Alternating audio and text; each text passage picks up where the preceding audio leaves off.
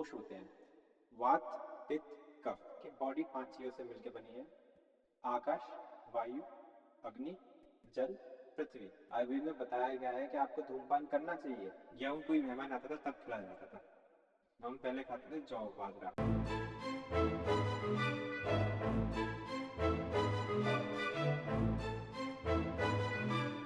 Welcome back to our channel. आज BBNB के show में हम आपका स्वागत करते हैं।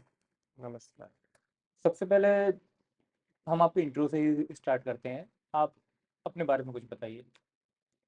मेरा नाम डॉक्टर निमिल जैन है और मैंने अपनी आयुर्वेद की पढ़ाई खुर्जा बुलंदशहर से करी थी। उसके बाद मैंने अपनी प्रैक्टिस करी। कुछ साल प्रैक्टिस करने के बाद मैं इस समय एक स्टार्टअप कंपनी जो फीमेल इनफर्टिलिटी में सबसे ज़्यादा वर्क करती है उसके साथ काम कर रहा हूँ और अपना एक्सपीरियंस दे रहा हूँ उनको। कंसल्टेंसी दे रहे हैं आप? कंसल्टेंसी दे रहा हूँ, सर्विस प्रोवाइड कर रहा हूँ आगरा के अंदर। तो मेरा ना पहला सवाल आपसे ये है कि आयुर्वेद की स्टार्टिंग कैसे हुई? आयुर्वेद की स्टार्टिंग अगर हम क्रोनोलॉजी समझें तो वैसे अथर्ववेद का ये उपवेद माना गया है आयुर्वेद। यहाँ पांचवा वेद भी मानते हैं कुछ लोग इसे। क्रोनोलॉजी में देखें तो ब्रह्मा जी से दक्ष प्रजापति, फिर अश्विनी कुमार, उसके बाद इंद्र ने अलग अलग लोगों को दी। तो जैसे फादर ऑफ मेडिसिन जो है चरक है, उनकी चरक संहिता है, और फादर ऑफ सर्जरी सुश्रुत है, उनकी सुश्रुत संहिता है। हम्म। तो चरक जी ने मेडिसिन संभाली, सुश्रुत जी ने सर्जरी संभाली, काश्यप जी ने पीडियाट्रिक्स संभाली। तो ऐसे अलग अलग डिपार्टमेंट से हम कह सकते हैं कि एक एक बुक फेमस है। कोई एक पर्टिकुलर बुक हम कह नहीं सकते। फिर भी आप मेजरली पूछना चाहे तो चरक और सुश्रुत जो मेन बुक हैं आयुर्वेद की, वो है। तो इस मॉडर्न ज़माने में आज जहाँ पर रॉकेट जो है वो वापस चांद से लौट के आ रहा है, प्रॉपर लैंड हो रहा है आज उसमें, तो ऐसे टाइम पे आपने क्यों डिसाइड किया कि मैं आयुर्वेद का डॉक्टर बनूंगा? आपका क्वेश्चन काफ़ी लोगों का क्वेश्चन हो सकता है, काफ़ी यंगस्टर का भी क्वेश्चन हो सकता है, और इसका बहुत अच्छा आंसर है मेरे पास। इसके स्टार्टिंग में सबसे चूज़ करना आयुर्वेदा बहुत इम्पोर्टेंट हो जाता है कि आजकल कोई चूज़ नहीं करना चाहता आयुर्वेदा, क्योंकि उनको इतनी नॉलेज नहीं है या उनके जैसे पता नहीं है आयुर्वेद के बारे में। तो इसलिए हर कोई चूज़ नहीं कर पाता आयुर्वेदा। मेरा चूज़ करने का रीज़न ये था कि मेरे फादर जो हैं डॉक्टर प्रदीप कुमार जैन, वो फार्मेसी लाइन में काफ़ी रहे हैं, गवर्नमेंट में सर्विसेज दी हैं। और मेरे दादाजी डॉक्टर महावीर प्रसाद जैन, उनका 65 ईयर का आयुर्वेद का एक्सपीरियंस रहा है। और उनके भी फादर, उनके भी फादर, उनके भी फादर, सब आयुर्वेद में रहे हैं। मतलब पीढ़ी दर पीढ़ी पीढ़ी दर पीढ़ी आयुर्वेद आयुर्वेद की ही चला। सेवा करती आए हैं आप? और मेरे घर में इस समय 8 डॉक्टर आयुर्वेदिक से प्रैक्टिस कर रहे हैं आगरा शहर में। अच्छा। आगरा शहर में, आगरा जिले के अंदर। हम्म। तो इसलिए मुझे आयुर्वेद के बारे में पूरी नॉलेज थी। आयुर्वेद का क्या बेनिफिट है, आयुर्वेद में क्या उसकी शस्त्र है, आयुर्वेद के एक एक पॉइंट की नॉलेज थी। और ये मान लीजिए कि दादाजी की सारी रिसर्चेज मुझे फ्री फंड में मिल गई। मुझे इन्वेस्ट नहीं करना पड़ा। उनकी प्रॉपर्टी, मेडिसिन, उनके सारे सब कुछ मुझे फ्री में मिल गया, जिनका मुझे कुछ पे नहीं करना पड़ा। तो ये हर किसी को नहीं मिल पाता है, इसलिए मेरे को आयुर्वेद चूज़ करना अच्छा लगा। ऊपर से मॉडर्न मेडिसिन के जो साइड इफ़ेक्ट्स थे वो मेरे फादर ने मुझे बता दिए थे, तो फादर ने भी मुझे प्रमोट किया काफ़ी आयुर्वेद के लिए। हम्म। तो मैंने आयुर्वेदा इसलिए चूज़ किया। और उसके बाद जब मैंने आयुर्वेदा चूज़ किया, फर्स्ट ईयर में तो इतना गंदा सब्जेक्ट लगता था, हम्म। क्योंकि संस्कृत में पढ़ाई थी। हम पूरे मॉडर्न स्कूल में पढ़े थे, सीबीएसई बोर्ड या आईएससी बोर्ड जो भी पढ़े थे। तो हमने इंग्लिश पढ़ी है, इंग्लिश के बाद सीधे संस्कृत आ जाती है। संस्कृत आप और हम कहाँ पढ़ते हैं? 8 तक एट बड़ा तक। भर भर के पढ़ी है, रो रो के पढ़ते थे हम लोग यार। और स्टार्टिंग में हमारी जो बुक्स थी संस्कृत थी। लेकिन हमें अच्छी आज ये लगा कि हमारे जो टीचर्स थे वो बहुत अच्छे मिले। उन्होंने इतना इंटरेस्ट जगाया आयुर्वेद में फर्स्ट सेकंड ईयर के बाद। थर्ड ईयर से जो इंटरेस्ट आया आयुर्वेद में, जो संस्कृत पढ़ना सीखे। जब संस्कृत में, एक्चुअली संस्कृत में बुक है ना, वो एक तरीके से तिजोरी है, उसको खोलना आना चाहिए। ओके। जो सूत्र, हम उसे सूत्र कहते हैं, जो श्लोका हैं संस्कृत में आयुर्वेद में लिखे गए हैं वो सूत्र हैं। हम्म। सूत्र मतलब फॉर्मूला। हम्म। हमें अप्लाई करना आना चाहिए हर पेशेंट के लिए। वो एक लाइन के अंदर कई बात कह गए हैं। हम्म। वो बहुत कंप्रेस्ड फॉर्म है। तो जब उसे खोलना सीख जाते हो तो आपके पास लिमिट नहीं है कि आप उसे कहाँ कहाँ अप्लाई कर सकते हो। और जितनी बार मैं चरक पढ़ने बैठता हूँ उस बार मैं हमेशा नया सीखता हूँ। कभी अभी तक ऐसा नहीं हुआ कि मैं चरक पढ़ रहा हूँ ये बोरिंग लगने लगी हो। अच्छा। तो मतलब ऐसा कोई श्लोक जो फॉर्मूला है आयुर्वेद का जो सबसे ज़्यादा पॉपुलर है? वो क्या है? सबसे ज़्यादा पॉपुलर तो मैं ये बता सकता हूँ कि आयुर्वेद का प्रयोजन क्या है, मतलब आयुर्वेद का उद्देश्य क्या है। आयुर्वेद का उद्देश्य सिंपल सा है, स्वस्थ स्वास्थ्य रक्षणम। आप स्वस्थ हैं तो आपके स्वास्थ्य की रक्षा करना आयुर्वेद का काम है। स्वस्थ स्वास्थ्य रक्षणम मातुरस रोगार प्रशमनंच। अगर आप बीमार हैं तो आपके दूर को शांत करना, ये आयुर्वेद का प्रयोजन है। आयुर्वेद आयु प्लस वेद से बना है। जो आयु का वेद है, जो आयुर्वेद, आयुर्वेद क्या है, आयु का वेद, जो आयु का ज्ञान है वही तो आयुर्वेद है। और अच्छा, उसमें क्या करना है, स्वस्थ के स्वास्थ्य की रक्षा मतलब करनी है। Age, life age. हाँ, लाइफ का जो ज्ञान है, हम्म लाइफ साइंस कह सकते हैं हम हम्म आयुर्वेद को। तो आपके स्वास्थ्य की रक्षा करनी है और आपके अंदर कोई डिजीज है उसे ठीक करना है। तो ये आयुर्वेद का प्रयोजन है, बस आयुर्वेद इसी पे काम करता है। तो मतलब हम आयुर्वेद से अपनी बॉडी को द्वारा से। ठीक कर सकते हैं और हेल्दी रख सकते अच्छा, जैसे मान लीजिए कि आज के टाइम पे मतलब यार हर बच्चा जो है ना मॉडर्न साइंस की तरफ ही भागता है। हैं। ठीक है, हम अगर बोले पुराने ज़माने की तरीके से आप ये काम करो, तो कहेंगे ये ओल्ड चीज़ें हम क्यों मतलब अडॉप्ट करें, हम क्यों करें? तो क्या रीज़न है ऐसा कि लोग पुरानी चीज़ें तो भूल जाते हैं, नई चीज़ें बहुत लगती हैं, लेकिन लौट के आप जैसे देखते हैं कि वापस ही द्वारा कोविड के बाद से लोगों ने दोबारा से ये आयुर्वेद को, होम्योपैथी को, इनको ज़्यादा तवज्जो देना शुरू किया। ये भारत का दुर्भाग्य है कि हम नई चीज़ अपनाते पहले हैं, अपनी चीज़ छोड़ के। आप चाइना में जाइएगा, चाइनीज़ मेडिसिन फर्स्ट प्रेफरेंस होती है हर चाइनीज़ की। हम्म वो सबसे पहले चाइनीज़ मेडिसिन खाएगा, उससे वो अलग इस्तेमाल नहीं या इसका अफेक्ट नहीं आ रहा है, तब वो अन्य अल्टरनेटिव मेडिसिन पे जाते हैं। इंडिया में पहले वो बाहर की मेडिसिन खाएगा, तब अपनी इंडियन मेडिसिन आएगा। और आप बोल रहे हैं प्राचीन है, प्राचीन जब तक नहीं है, जब तक सूरज प्राचीन ही है ना, हम्म हवा प्राचीन है ना, तो आयुर्वेदिक पांच भौतिक संगठन से काम करता है। हम्म आकाश, वायु, अग्नि, जल और पृथ्वी। ये सब चीज़ें पांचों प्राणी अभी भी करती है ना प्रेजेंट। हम्म तो इन्हीं चीज़ों पे आयुर्वेदिक है। जब तक ये पांचों चीज़ें हैं तब तक आयुर्वेदिक के प्रिंसिपल जिंदा है। आयुर्वेदिक के जो फंडामेंटल प्रिंसिपल है वो कभी चेंज नहीं हो सकते। तो इसलिए आयुर्वेदिक जो पहले काम करता था उतना ही अच्छा अब काम करता है। तो हम हमारे मतलब आयुर्वेद की फंडामेंटल्स जैसे क्या है? आयुर्वेद के फंडामेंटल प्रिंसिपल हैं कि बॉडी पांच चीज़ों से मिलकर बनी है। हम्म आकाश, वायु, हम्म अग्नि, हम्म जल, पृथ्वी। ठीक है। पृथ्वी एक तरीके से हम कह सकते हैं, पृथ्वी जैत नहीं, पृथ्वी एक तरीके से जो हमारे में सॉलिड पार्ट है, ठोस पार्ट है। हम्म तो ये, तो हम पांच चीज़ों से मिलके बने हैं। हमारी दुनिया में, वर्ल्ड में जितनी भी चीज़ें बनी वो इन पांच चीज़ों से ही बनी हैं, हम्म इंक्लूडिंग मेडिसिन, इंक्लूडिंग सब। हम्म तो ये एक तरीके से आप केमिस्ट्री मान लीजिए आयुर्वेद की, तो ये सब केमिस्ट्री है आयुर्वेद की, तो इन्हीं प्रिंसिपल पर वो काम करती है। जिसे हम पंच महाभूत कहते हैं।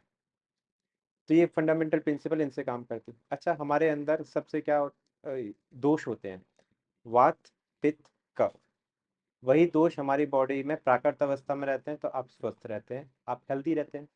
अब वो विकृत हो जाते हैं, मतलब कुछ दोष ऊपर नीचे हो जाए, या ज़्यादा हो जाए या कम हो जाए, तो आप डिजीज वाले हो जाते हैं। मतलब पित्त बढ़ जाए आप या पित्त वात बढ़, बढ़ जाए, जी, मतलब कम होना और ज़्यादा होना दोनों ही दोनों ही नुकसानदायक है। डिसऑर्डर है। ठीक है। तो कम हो गया तो भी दिक्कत है, ज़्यादा हो गया तो दिक्कत है। सेम अमाउंट में रहे तो सही है। हम्म इसलिए हम आयुर्वेद में हेल्दी पर्सन की डेफिनेशन देखें, शम दोषा सम धातु सम अग्नि मल क्रिया।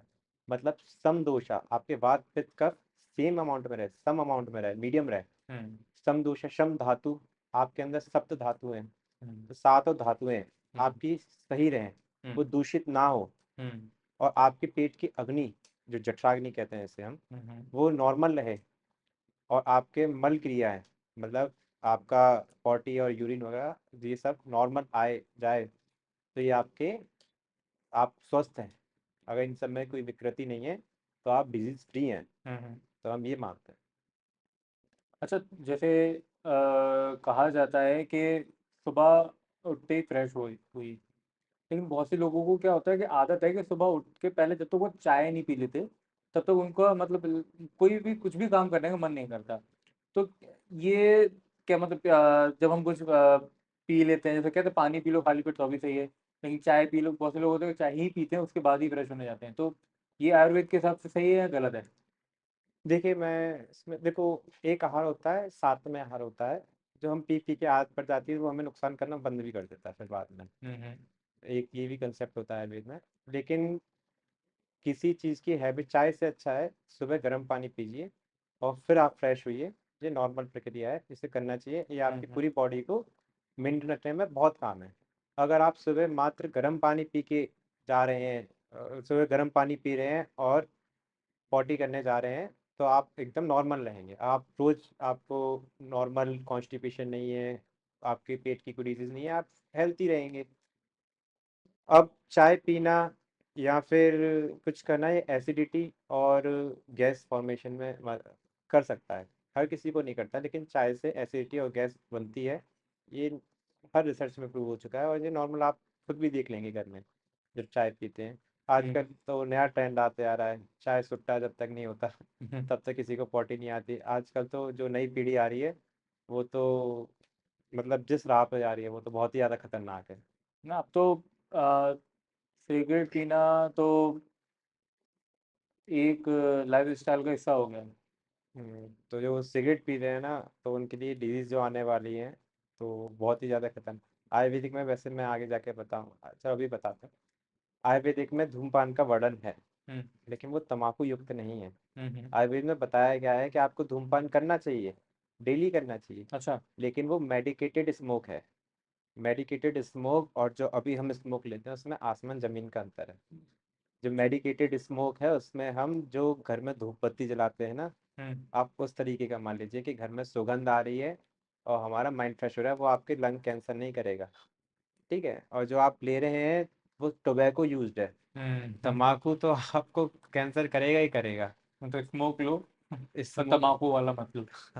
स्मोक वो अलग होता है, मेडिकेटेड स्मोक। मैंने एक एग्जांपल दिया कि धूप हाँ, मतलब बत्तियां, हम लोग हवन का वगैरह भी हवन करते हैं। सामग्री वाला, हम बिल्कुल। तो वो धुआं कहते हैं घर में बहुत काफी अच्छा होता है। हाँ, जो बहुत छोटे छोटे सूक्ष्म सूच बैक्टीरिया हाँ, जो होते हैं, माइक्रो बैक्टीरिया जो होते हैं, वो दिखते किल हो नहीं है। जाते तो सब मर जाते हैं, हमारी सांसें जो हैं वो क्लियर हो जाती हैं।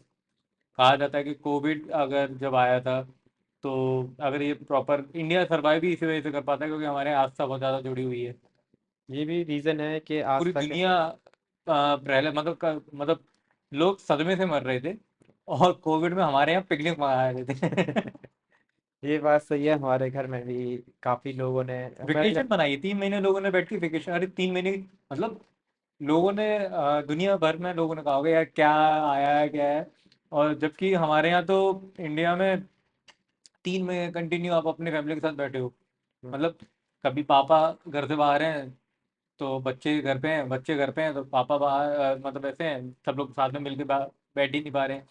और वहाँ पर सुबह का खाना भी साथ में हो रहा है, दोपहर का भी हो रहा है, रात को भी हो रहा है, और नए नए वैरायटी के आप लोग खाना भी बना रहे हो। तो कोविड ने काफ़ी कुछ कोविड ने अच्छा तो किया। काफी जगह है भाई। कोविड के टाइम से याद आया, कोविड में इंडिया ने काफी लाइफ इसलिए भी बच पाई क्योंकि कोविड में हमने साथ में आयुर्वेद जो इस्तेमाल किया है। मैं ये नहीं कहूँगा कि आयुर्वेद ने 100% सारे पेशेंट बचा लिए, लेकिन ये बात एक्सेप्ट करनी पड़ेगी कि आयुर्वेदा ने जो इम्यूनिटी बढ़ाई है, या आयुर्वेदा ने जो बैकबोन का काम किया है हम्म। कोविड पेशेंट के लिए, या कोविड जो माइल्ड सिम्टम वाले पेशेंट के लिए थे, वो वेरी मतलब एक्सेप्टेंस है उसकी। वो हर काम सराहनीय है जो आयुर्वेद ने किया है कोविड पेशेंट्स के लिए। कहते हैं कि जैसे जब कोविड चल रहा था, पीक पे था, तो लोग काढ़ा बना के पी रहे थे उस टाइम पर। और बस काढ़ा उनको लग रहा था काढ़ा ही बहुत कुछ है। तो उसमें जैसे वो एक ग्लो जैसे बोलते हैं, वो लीवर पे इफेक्ट करती है क्या? हाँ, मॉडर्न मेडिसिन वाले काफ़ी बोलते हैं लिवर पे इफेक्ट करती है, और वो लिवर पे इफेक्ट सारी दवाइयाँ कर सकती हैं। हम्म। आयुर्वेदिक, मैं ये कभी नहीं कहूँगा कि आयुर्वेद के साइड इफेक्ट नहीं है। हम्म। आयुर्वेद के साइड इफेक्ट है। आयुर्वेद में इतने हैवी मेटल्स यूज होते हैं, इसलिए यूएस में कुछ मेडिसिन आयुर्वेदिक बैन है। अच्छा। क्योंकि यू आयुर्वेदिक की जो रस औषधियाँ हैं, रस औषधियाँ कहें तो उसमें मरकरी डाला जाता है, और मरकरी जहर होता है। हम्म। तो मरकरी जहर होता है, और मैं आपसे मरकरी खाने के लिए कह रहा हूँ, हम्म। और ये इसलिए बैन भी होती हैं। तो आयुर्वेदिक के साइड इफेक्ट्स हैं, 100% आयुर्वेदिक के साइड इफेक्ट्स। लेकिन आयुर्वेदिक कैसे यूज़ करना है, अगर आप एक अच्छे डॉक्टर के अंदर उसके सर्विलेंस में आप यूज़ करेंगे, उसके गाइडेंस में आप यूज़ करेंगे, तो उसके साइड इफेक्ट ज़ीरो के समान है। आयुर्वेदिक में रस औषधियाँ जो पारद बनता है, पारद या मरकरी जिसे कहते हैं हम, वो ऐसे तरीके से बनता है या उसका जो उससे मेडिसिन बनने का जो तरीका है, उसमें जो भी उसका पॉइजन प्रॉपर्टी होती है, जहाँ भी उसको लाइफ थ्रेटनिंग प्रॉपर्टी होती है, वो सब उसकी दूर कर दी जाती है। पहले ही उसका प्योरिफिकेशन हो जाता है, उसका भस्मीकरण होता है, मारण होता है, उससे उसकी सारी इम्प्योरिटीज दूर दूर हो जाती हैं। उसको आप लिमिटेड अमाउंट में देंगे तो वो कोई साइड इफेक्ट नहीं करेंगे आपको। मतलब कहते हैं जहर जहर को काटता है। नहीं, ये नहीं, जहर जहर यहाँ नहीं काट रहा है। क्योंकि आयुर्वेदिक में मरकरी मेटल, हैवी मेटल की वजह से जहरीली है। हम्म। हम उसकी हैवी मेटल की जो प्रॉपर्टी है जिसकी वजह से वो हमारे आर्टरी वेन्स में, हार्ट में नुकसान कर रही थी, वो हमने प्रॉपर्टी खत्म कर दी। आयुर्वेदिक में स्वर्ण, सोना यूज होता है, चांदी यूज होती है, मरकरी, और सोना चांदी मरकरी और आयरन कॉपर इतने लार्ज अमाउंट में यूज हो रहा है, काफी ज्यादा, लेकिन हम वो सब टॉक्सिक नहीं है, वो सब नॉर्मल है, वो हम यूज कर सकते हैं, सेफ है। अच्छा, जैसे आपने अभी बताया कि ये तीन धातु यूज हो रहे हैं, तो जैसे कहा जाता है स्वर्ण भस्म या स्वर्ण ऐसे करके एक और वर्ड यूज करते हैं, स्वर्ण भस्म, स्वर्ण प्राशन, राशन। हाँ, स्वर्ण तो प्राशन। ये किस लिए, मतलब कि यूज क्या है इसका? देखिए, स्वर्ण है ना, हमारा सूर्य से माना जाता है, सूर्य के समान उसका प्रॉपर्टी होती है। हम्म। और चांदी की चंद्रमा के समान प्रॉपर्टी होती है। तो किसी का स्वर्ण हमारे में काफ़ी मेडिसिन में यूज होता है, फिर उसकी प्रॉपर्टी काफ़ी डिफरेंट डिफरेंट होती है, डिफरेंट डिफरेंट मेडिसिन के साथ यूज़ करने से। जैसे कि आपने देखा होगा स्वर्ण प्राशन जो आजकल काफ़ी ट्रेंडिंग में है, न्यू बॉर्न के लिए 6 मंथ से 15 मंथ, 15 ईयर्स तक के बेबी में आजकल काफ़ी ट्रेंडिंग में है स्वर्ण प्राशन। हम्म। स्वर्ण प्राशन, स्वर्ण मतलब सोना, हम्म। प्राशन मतलब जो भी चीज़ चटाई जाती है उसे हम प्राशन कहते हैं, है ना, ठीक है। जो चटा के खिलाते हैं। हम्म। तो बच्चों को हम स्वर्ण प्राशन चटा के खिलाते हैं। हम्म। तो स्वर्ण प्राशन से हमारे बच्चों के अंदर इम्यूनिटी के लिए काफ़ी यूज़ होता है। जो बच्चों में इम्यूनिटी है, रोग प्रतिरोध क्षमता, और उसके लिए अभी उसका मेंटल डेवलपमेंट है, उसका याद करने की क्षमता है, कैचिंग पावर, हम्म। और उसमें जो एक डेवलपमेंट होना चाहिए, एक न्यूट्रिएंट्स पहुंचने चाहिए, एक विटामिन्स पहुंचने चाहिए, जो एक तरीके से डेवलपमेंट अच्छा हो उसका, उसका फिजिकल डेवलपमेंट, मेंटल डेवलपमेंट अच्छा हो, और उसकी इम्यूनिटी स्ट्रांग रहे, तो उसके लिए हम स्वर्ण प्राशन कराते हैं। हम अपनी क्लिनिक पे भी स्वर्ण प्राशन कराते हैं। हम्म। और उसमें क्या कहते हैं हम, लेकिन मार्केट का यूज़ नहीं करते हैं, क्योंकि जो आयुर्वेदिक जो भी वैद्य होगा, आयुर्वेदिक में पूरे इंडिया में मतलब जो अच्छा वैद्य प्रैक्टिस कर रहे हैं, हम्म। वो अपनी मेडिसिन मोस्टली खुद ही बनाते हैं, जो बना सकते हैं, क्योंकि जो अपने हाथ में प्योरिटी है वो मार्केट में मेडिसिन नहीं दे पाएंगे। तो इसी कारण से सोना महंगा हो रहा है क्या? हमारे यहाँ बहुत कम मेडिसिन यूज होती है गोल्ड की, जो इतना अमाउंट नहीं होता, लेकिन हाँ, उसकी वजह से हमारी मेडिसिन महंगी बहुत हो गई है।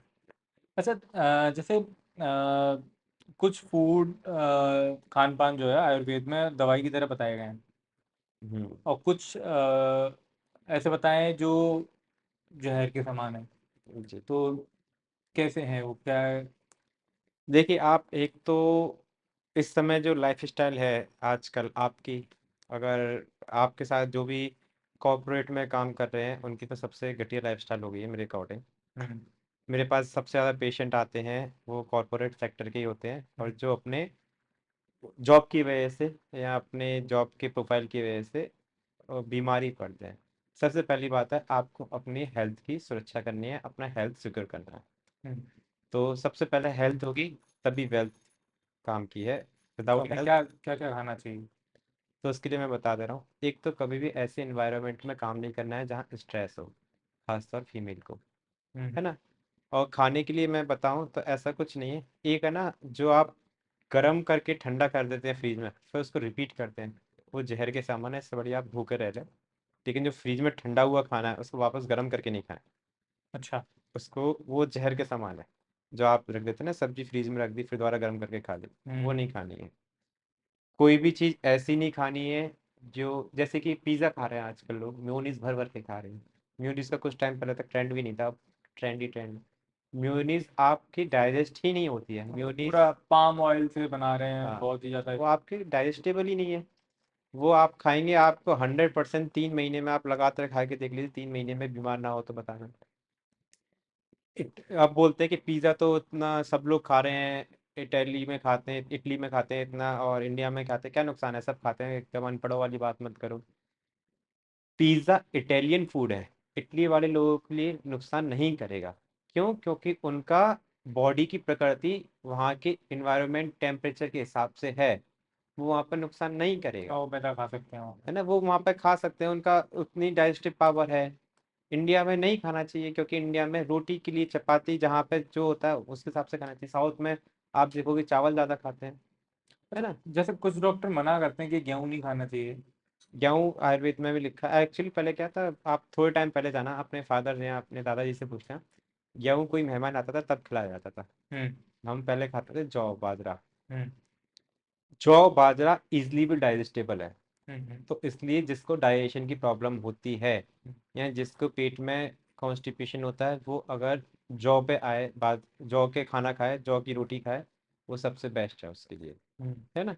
जौ का खाना, जौ की रोटी गेहूं की जगह, गेहूं में ज़्यादा ग्लूकोज भी होता है। ग्लूकोज मतलब वो थोड़ा सा कह सकते हैं डायबिटीज़ वालों के लिए हल्का सा हार्मफुल है, और जौ उससे कम हार्मफुल है। हार्मफुल मतलब उसमें कम शुगर है, उसमें ज़्यादा शुगर है। हम्म। तो इसलिए भी हम जौ खाना चाहिए।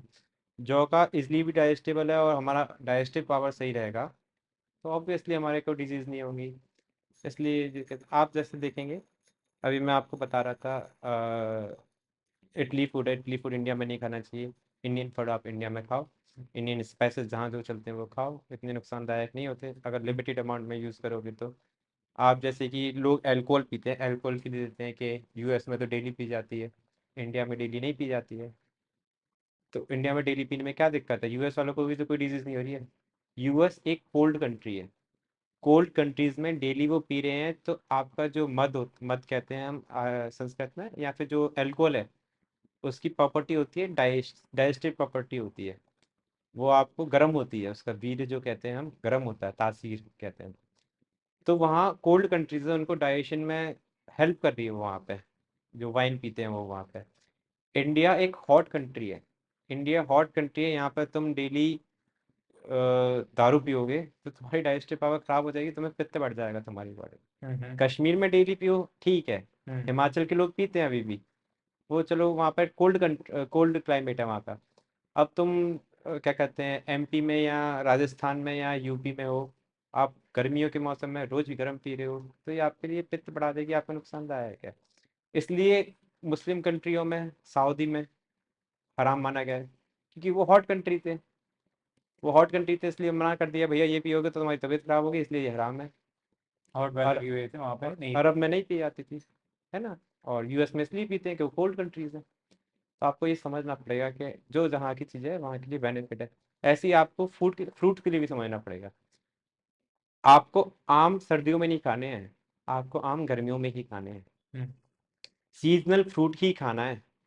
और कोशिश करिएगा एक टाइम पे एक ही फ्रूट खाया जाए, दो फ्रूट आपस में कभी कभार अलग अलग रस की वजह से नुकसानदायक हो जाते हैं।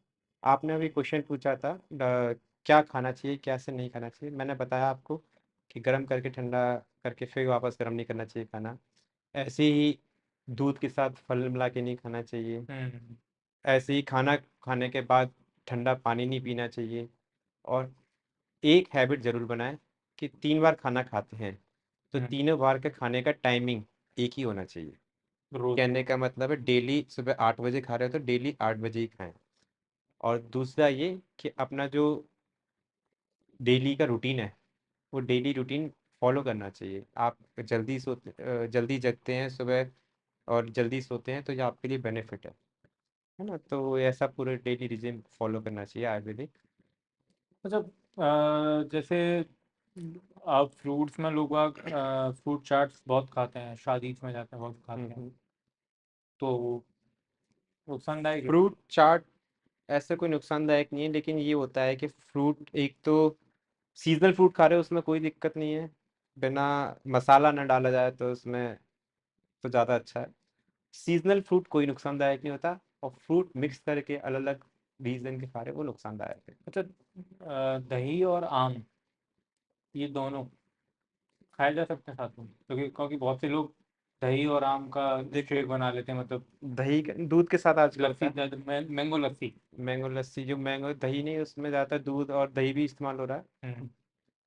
तो उसमें मेन दिक्कत ये है, दूध का प्रोडक्ट किसी भी फ्रूट के साथ नहीं खाना चाहिए। दूध फ्रूट के साथ हार्मफुल है, जहर है। इसे हम्म। हम स्लो पॉइजन कहते हैं, आयुर्वेदिक में से दूषी विष कहा गया है। हम्म। किसी भी मिल्क के साथ फ्रूट नहीं खाना चाहिए, किसी भी मिल्क के साथ मछली का सेवन नहीं करना चाहिए, हम्म। या दूध में नमक डाल के नहीं खाना चाहिए, आपको इचिंग होने लगेगी, है ना। ये सब प्रोडक्ट मतलब इसे कहते हैं विरुद्ध आहार। इसे कहते हैं हम विरुद्ध आहार। तो ये विरुद्ध आहार के आता है, और ये विरुद्ध आहार का हमें सेवन नहीं करना चाहिए। और मैं साथ में बताना चाहूँगा कि अगर फल खा रहे हैं हम्म। तो फल एक ही खाएं, दो फल एक साथ मिक्स करके ना खाएं। और दूध के प्रोडक्ट बोलते हैं कि आयुर्वेद में खाने चाहिए नहीं खाने चाहिए, ये प्रकृति से प्रकृति डिफरेंट करता है। लेकिन मैं बोलूँगा पनीर नहीं खाना चाहिए। पनीर से आने वाले टाइम में कोई ना कोई आपको स्किन डिसऑर्डर हो सकता अच्छा। है ना, क्योंकि पनीर एक प्राकृतिक अवस्था हाँ नहीं है, नहीं है, और वैसे भी प्रकृति बहुत का। नकली आ रहा है आजकल तो मार्केट में। नकली तो आ भी रहा है, ऊपर से आप घर में ही बना के खाए ना, वो प्राकृतिक नहीं है। आप देखा होगा, किसी भगवान को पनीर चढ़ते हुए नहीं देखा होगा आपने। हम्म। पनीर एक प्राकृतिक आहार नहीं है। आप दूध पी लें, आप दही, दही में ना एक गुण होता है, अभिसंधि करता है दही। अभिसंधि करने का मतलब है आपके मलों का, वो स्रोतों का अवरोध करेगा। हम्म। और आपको स्रोतस का अवरोध हो रहा है तो दही नहीं खाएं। हम्म। और दही का भी टाइमिंग है, जैसे शरद ऋतु में दही नहीं खाना चाहिए, हम्म। और ऐसे ही अलग अलग टाइमिंग है, तो उनको दही नहीं खाना चाहिए। अच्छा, जैसे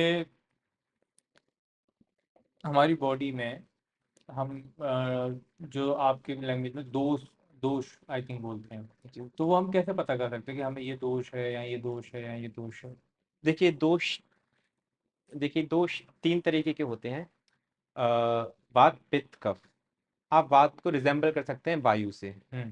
पित्त को रिजेंबल कर सकते हैं अग्नि से, हम्म। और कफ को रिजेंबल कर सकते हैं आप वाटर से। हम्म। तो वायु क्या करती है, देखो वायु का गुण होता है, हम्म। एक तो वो फास्ट दौड़ती है, गति करती है वायु। हम्म।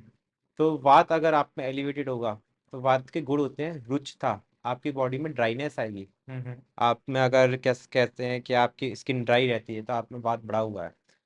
लघुता, शीत, खर, सूक्ष्म, चल, अनिल, ये वात के गुण है। ड्राइनेस रहती है आपकी बॉडी में, जॉइंटों में पेन रहता है, आपकी बोन कमजोर हो गई हैं, ये सब वात के गुण है। तो आप समझ जाइए आपको में वात बढ़ रहा है। हम्म।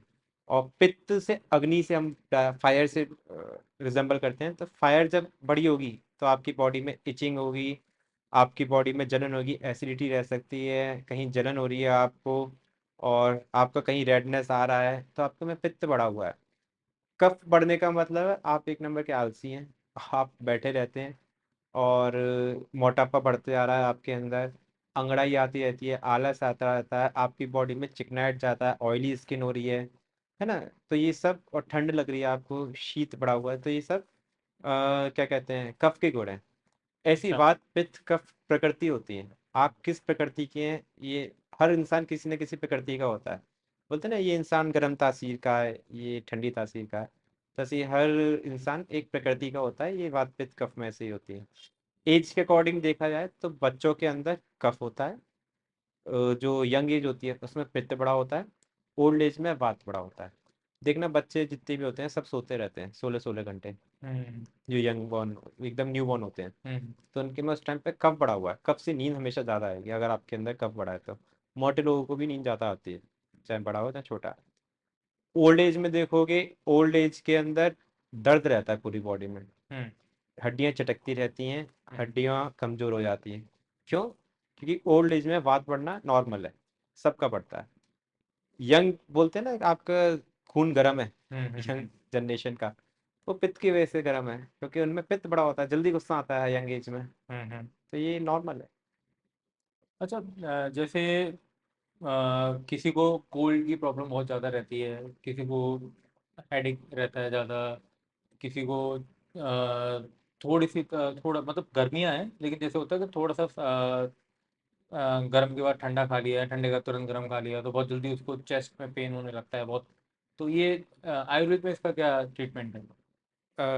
ट्रीटमेंट तो मैं क्लियरली नहीं बता सकता हूँ कैमरे पे, क्योंकि कल से सभी पूरा इंडिया वही इस्तेमाल करने लगेगा और फिर मुझे गाली देगा कि मैं तो ठीक नहीं हुआ। ऐसा क्यों? देख, क्योंकि हर इंसान पे प्रकृति अलग अलग है। हर के अंदर ये डॉक्टर का एक इम्पोर्टेंट गुण होना चाहिए कि डॉक्टर सिर्फ दवाई देने के लिए नहीं होता है। दवाई फार्मेसी वाला भी दे सकता है, एक मेडिकल स्टोर वाला भी दवाई दे सकता है। डॉक्टर बस पेशेंट को डायग्नोस अच्छे से करता है। आपको यह बीमारी है भी कि नहीं, ये काम डॉक्टर का होता है। बीमारी पता लगाना मोस्ट इम्पोर्टेंट है, उसके ट्रीटमेंट से डायग्नोस करना। आपको ठंडा गर्म खाने से ना, ये एक तो विरुद्ध आहार है। तुरंत ठंडा तुरंत गर्म नहीं खाना है हमें कभी भी। तुरंत ठंडा तुरंत गर्म खाने से आपको स्किन डिसऑर्डर होते हैं मोस्टली, अच्छा। है ना। स्किन डिसऑर्डर भी होते हैं, या आपका पित्त भी बढ़ सकता है, कफ भी बढ़ सकता है। तुरंत ठंडा गर्म नहीं खाना है।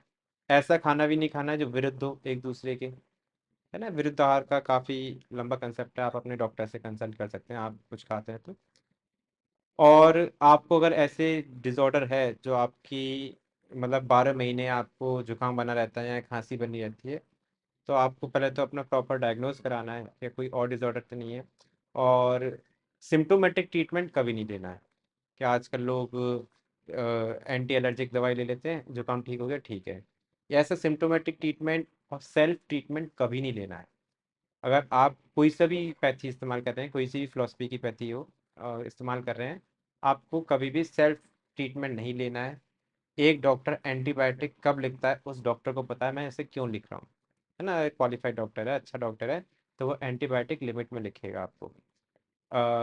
एक डॉक्टर एंटी एलर्जी कितने लिखनी चाहिए उस डॉक्टर को पता है कितनी डोज पिलानी चाहिए, है ना। ऐसे ही एक आयुर्वेदिक प्रैक्टिशनर के पास जाते हैं तो आयुर्वेदिक प्रैक्टिशनर आपको कहाँ से इलाज करेगा शुरू करेगा उसे पता है। आपको 12 महीने रहता है तो वो आपको ये नहीं बोलेगा कि आप इस दवाई से खा के तुरंत एक दिन के लिए आराम पा लीजिए। वो स्टार्टिंग से आपका रूट कॉज जानेगा। इसे कहते हैं निदान पता करना। तो वो आपका निदान कॉज क्या था उस वो बीमारी का, तो पहले कॉज पता करेगा फिर उस कॉज पे काम करेगा। इसलिए बोलते हैं आयुर्वेदिक जड़ से काम करता है। एक अच्छे डॉक्टर के ये गुण भी होते हैं कि आजकल काफ़ी जो फेमस डॉक्टर देखेंगे आप आगरा शहर के अंदर ही देख लीजिए, नाम नहीं लेना चाहूँगा।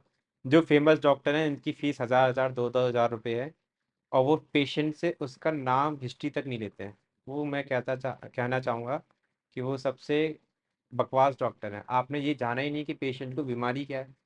आपने पेशेंट से हिस्ट्री नहीं ली, पेशेंट से उसकी कंप्लेंट नहीं पूछी। उसने बोला कि मुझे ये दिक्कत है, आप ये दवाई खाते रहो ज़िंदगी भर। ये इलाज तो ना हुआ। इलाज तो ये हुआ उसकी पेशेंट की हिस्ट्री पूछी जाए, पेशेंट की डाइट प्लान करी जाए। जितना इम्पोर्टेंट मेडिसिन है उससे ज़्यादा इम्पोर्टेंट उसकी डाइट प्लान है, उसका डेली रूटीन है, और उससे इम्पोर्टेंट जो वो कॉज है उसको दूर करना है। मान लो कि आपको कोई डिजीज़ है, वो डिजीज़ आपको किसी चीज़ की वजह से है, आप वो चीज़ छोड़ नहीं रहे हैं। जब आप मान लो आपको स्मोकिंग की वजह से आपको खांसी है, आप स्मोकिंग छोड़ नहीं रहे, खांसी की दवाई लेते आ रहे हैं, तो वो आपको नुकसान करेगी।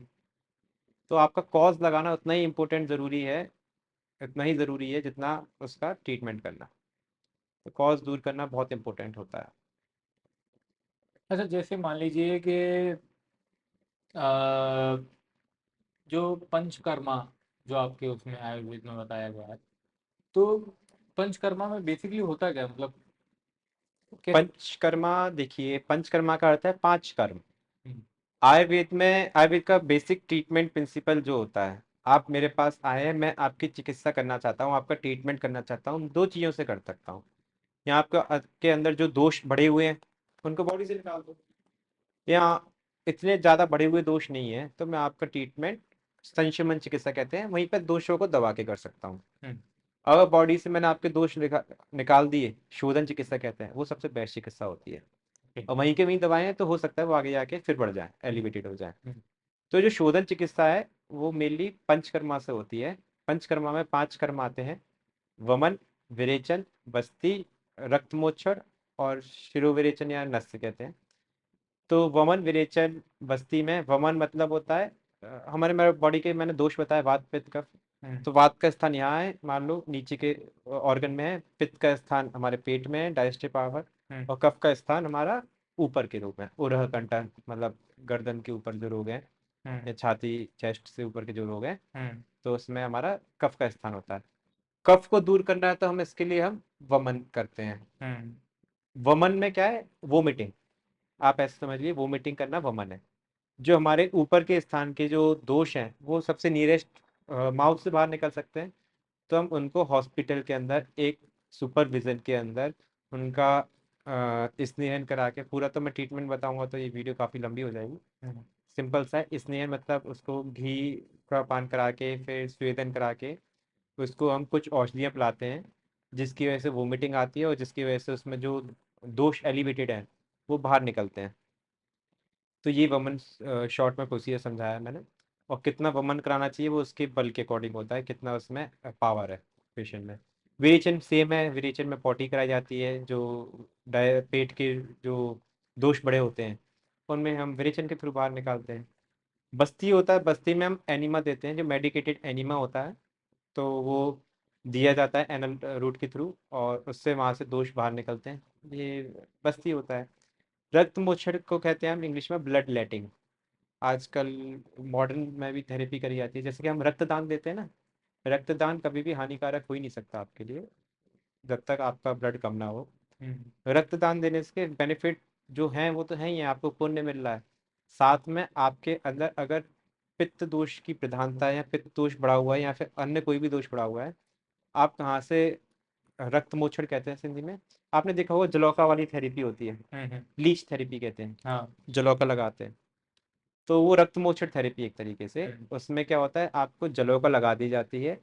जलौका सिर्फ आपका इम्प्योर ब्लड जो होगा उस एरिया का वो सक करती है, उसके बाद आपकी बॉडी छोड़ देती है। और एक अमाउंट है, उसी अमाउंट में ब्लड एक निकाला जाता है। तो आपका उस ब्लड निकालने से आपकी बॉडी में काफ़ी सारी डिजीज ठीक होती हैं, including skin disorder and pain. Joint pain वगैरह काफ़ी डिसऑर्डर हैं जो उससे ठीक होते हैं और रिजल्टेंट दे रहे हैं।